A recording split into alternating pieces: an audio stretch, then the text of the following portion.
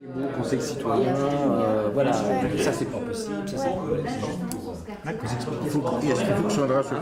J'ai trouvé cet exercice intéressant. Il m'a permis de voir mon conseil citoyen avec un petit peu un autre œil que celui de l'habitué. En juin 2016, une vingtaine de conseillers citoyens venus de 8 villes bretonnes se sont formés pendant 3 jours sur le pouvoir d'agir. Donc ça me dérange parce que comment tu vas après prendre une décision au niveau du conseil citoyen si la personne ne comprend La formation s'est achevée par un échange entre habitants et représentants d'institutions. Voilà, vous êtes institutionnel et on aimerait savoir qu'est-ce que vous attendez de nous. Après, on pourra peut-être vous dire ce qu'on attend de vous. Ce qu'on attend de vous, c'est le retour sur tout ce qui est mené dans le cadre des contrats de ville. C'est le retour aussi sur c'est quoi les besoins des habitants de chacun des quartiers. On est en attente, nous, État pour le coup, qu'éventuellement les conseils citoyens se constituent en association pour avoir une réelle autonomie. Autonomie par rapport à l'ensemble des partenaires présents à côté de vous et avec vous. Là, ce qu'on attend de votre part, c'est une véritable participation à l'élaboration du projet. Donc ça, c'est un travail à faire avec les collectivités, les villes auxquelles vous appartenez. Le quartier, comment vous entendez sa transformation au niveau urbain? Est-ce que c'est de la rénovation d'habitat? Est-ce qu'il manque des équipements? Est-ce qu'il faut les rénover? Est-ce que vous voyez... quel est l'avenir que vous voyez pour votre quartier? Quand la politique de la ville a été conçue, l'idée c'était bien de mettre les habitants au centre des politiques publiques. C'était ça, c'était de considérer les habitants comme les meilleurs experts de leur quotidien. Et puis ce qui s'est passé avec cette politique-là, on ne le rappellera jamais assez, mais comme avec pas mal de politiques publiques, c'est qu'elle s'est technicisée à outrance. Ce qu'on attend des conseils citoyens, c'est qu'ils fassent valoir une expertise, mais qu'ils soient aussi force de proposition. La formation m'a un peu calmé dans mes craintes, mais j'ai quand même encore cette crainte d'être un faire-valoir, d'une part, et d'autre part, j'ai un peu peur que le conseil citoyen se transforme en bureau des pleurs. Et j'avoue que ça m'effraie un peu. Voilà. En fait, on demande un dialogue honnête, que ça soit réciproque de dire à un moment donné, je ne sais pas, je ne peux pas vous répondre. Avoir cette honnêteté de dire que comme c'est une aventure pour tout le monde, faut aussi qu'on construise quelque chose de nouveau ensemble. Voilà. On démarre avec une vingtaine de personnes. Dans d'autres villes, ils ne sont plus que 3. Donc l'essoufflement, évidemment, c'est quelque chose de lourd à porter. En plus, on le fait avec notre cœur, on est bénévole. Qu'est-ce qu'on peut réellement attendre de tout cet investissement qu'on fournit, qu'on donne aussi pour faire avancer les choses? Je voulais juste réagir parce que pour avoir participé avec Rennes, on a eu le même... là, je revis un petit peu les réponses qu'on nous a données. C'est un découragement parce que c'est trop compliqué, il y a trop de monde, c'est des chiffres, qu'est-ce que vous allez faire là? Est-ce que ça a du sens? Vous voyez... vous, habitants, pourquoi venir attendre de... Mais voilà, comme si on voulait nous décourager puis nous faire peur de dire vous n'aurez peut-être pas votre place finalement parce que il y a énormément de monde et puis c'est du vocabulaire et puis voilà. On veut vous ménager et décourager.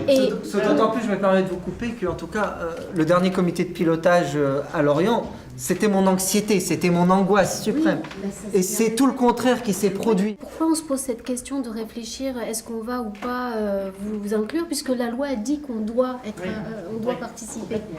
Au jour d'aujourd'hui, ce serait prétentieux de pouvoir dire qu'on a des réponses, nous aussi, par rapport à ce qui se passe. C'est nouveau aussi pour nous, surtout pour nous. Mais par contre, ce que je peux vous dire, c'est ce qu'on peut vous demander de ne pas faire. Ça sera plus évident pour nous. Donc, ne nous embrigadez pas dans vos systèmes, vos façons de faire, vos procédures, vos sigles, vos conflits d'intérêts, votre lenteur administrative et toutes ces choses-là. Parce que nous sommes en pleine construction. Si on doit digérer tous vos systèmes de travail, on ne va pas être efficace. Et maintenant, pour ma question, c'est une question un peu pratique et un peu technique. Il y a une réalité dans ces quartiers, c'est qu'il y a une grande partie de la population qui ne maîtrise pas la langue française. Alors que vous nous demandez de remonter des informations. Comment est-ce que nous devons gérer la question de cette multiculturalité? Est-ce qu'on peut commencer à penser à des interprètes dans différentes langues? Est-ce qu'on va toucher à la laïcité?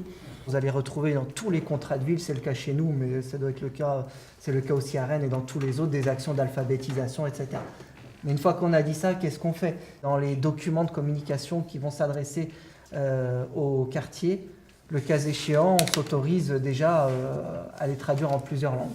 Bon, mais une fois qu'on a dit ça, on n'a rien dit, quoi. C'est vrai qu'on a travaillé, ne serait-ce qu'un outil de synthèse qui permette à tout le monde d'avoir à peu près connaissance de ce qu'il y a dans le contrat de ville. Parce que nos 115 pages super intéressantes, que personne n'a lues, ou presque, pour autant, quelle lecture ça en a pour n'importe qui et pour tout le monde. Personne ne peut se l'approprier. Il y a un document synthétique qui a été produit, qui permet en peu de pages d'avoir un peu un résumé de ce qui a été fait dans le contrat de ville. Mais on n'a pas eu ni la demande, ni l'idée de le traduire dans une autre langue. Alors là, on a quelque chose à faire. Et il faut qu'on le fasse. Je me rends compte bien de la nécessité de ce conseil citoyen. Parce que on voit la différence entre les instances et les usagers. Vous avez dit des quartiers qui ont la chance d'avoir ce renouvellement urbain. Moi, de par les usagers, ce que j'entends, c'est un besoin de renouvellement urbain. Donc je pense que là, on a vraiment quelque chose à faire ensemble. Je vous remercie déjà des réponses que vous avez apportées. Moi, je voulais poser une question. La ville a mis en place ce qu'on appelle la fabrique citoyenne et ils ont instauré ce qu'on appelle un budget participatif. C'est-à-dire que 5% du budget municipal a été alloué au projet des habitants. Est-ce qu'il y a possibilité de mesurer concrètement l'apport du conseil citoyen dans ce qu'on appelle les projets de rénovation urbaine, concrètement? Alors, bon, peut-être qu'on peut rechercher, effectivement, vous apporter des éléments de réponse. Il y a eu des choses, oui. Les pieds d'immeubles, en ce qui concerne l'aménagement paysager, des pieds d'immeubles, des pieds de tours, ont été faits en coopération avec les habitants de ces tours. Pourquoi c'est toujours dans le même sens? Pourquoi c'est toujours pour que les habitants participent bien, il faut les former? Globalement, je renvoie à la question que je disais tout à l'heure, le pouvoir il est toujours au même endroit, que ce soit l'État, les HLM et autres. Donc tant qu'on ne se posera pas la question du rééquilibre complet, de dire dès le début du projet, et c'est pas tant de se dire est-ce qu'on vous fait participer là ou là, non, c'est pas ça la question, c'est comment on monte ce projet ensemble. Comment on le monte? Depuis le point zéro, personne n'a décidé de quoi que ce soit. Il faut revenir, c'est au début des projets qu'il y a la plus grande marge des manœuvres. Vous la connaissez cette courbe, c'est la courbe en ciseaux. C'est au tout début. Là, il y a toute la marge de manœuvre possible. C'est là que ça se décide et que les fondamentaux de ce qui va être à la fin, peut-être 3 ans plus tard, ils se montent. Il faut qu'on soit franc et honnête, quoi. Nous, institutions, élus, enfin là je fais un englobant. La participation, que ce soit des habitants ou des jeunes en général, elle dérange, enfin faut être honnête, elle dérange les élus, elle dérange les professionnels parce que quelque part elle les dépossède de l'exclusivité d'une expertise et d'un pouvoir. Et le pouvoir ça se prend, mais on vous le donnera pas spontanément. C'est pas aussi simple que ça, comme disait Patrick, on va pas venir spontanément se mettre autour de la table et partager le pouvoir. Donc il y a un moment donné, il faudra vous battre et être en capacité d'affirmer des valeurs et d'aller chercher vous-même, quoi. Et donc ça c'est un vrai défi. Donc évidemment qu'arrive un moment où on s'essouffle, on a un petit peu marre de grappiller, de se battre, d'aller au conflit. C'est pas forcément notre intérêt. On veut juste demander poliment et d'être reçu parce que on a l'autorisation de le faire. Cette formation, elle a pour vocation de vous aider à mieux décrypter ce qui se joue entre le jeu d'acteurs, dans le cadre de la rénovation urbaine, de la politique de la ville. Alors effectivement qu'on a tous cette tendance peut-être à vouloir vous emmener sur les mêmes chemins que ceux qu'on emprunte nous en tant que techniciens. Mais c'est à vous de garder votre libre arbitre et votre recul par rapport à... Parce que c'est pas en 3 jours qu'on va vous déformer, vous restez des habitants, voilà. Mais c'est vrai qu'il y a cette ambition de vous aider à prendre ce pouvoir d'agir.